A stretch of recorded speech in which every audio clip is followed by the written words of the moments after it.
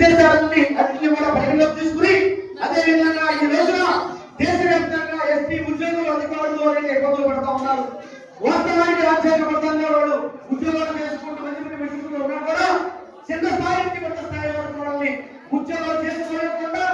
వాళ్ళని ఉద్యోగం చేసే క్రమంలో వారికి రావాల్సిన హక్కు అవకాశాలు ఏదైతే ప్రభుత్వం ఉన్నాయో కాన్ఫరెన్స్ లో ఏదైతే నిజాయితీగా ఎలా సంరక్షిస్తున్నాయో అటువంటి వెళ్ళకుండా అడ్డుపడడం అనేక రకాల ఇన్ఫ్లుయెన్స్ ఉపయోగిస్తున్నారు. అటువంటి అన్నింటిలో పరిగణలోకి తీసుకుని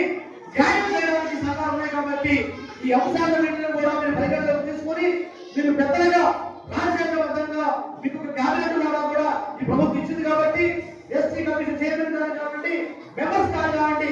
మీరు మాకు రక్షణగా నిలవాల్సిన అవసరం ఉంది కాబట్టి ఎస్సీ అట్రాసిటీ యాక్ట్ కోర్టుకి 100% ఇంప్లిమెంట్ చేయాల్సిన బాధ్యత మీ మీద ఉంది కాబట్టి ఈ రోజు మా సోదరులుగా మిమ్మల్ని ఆహ్వానించి సన్మానం చేసి మీరు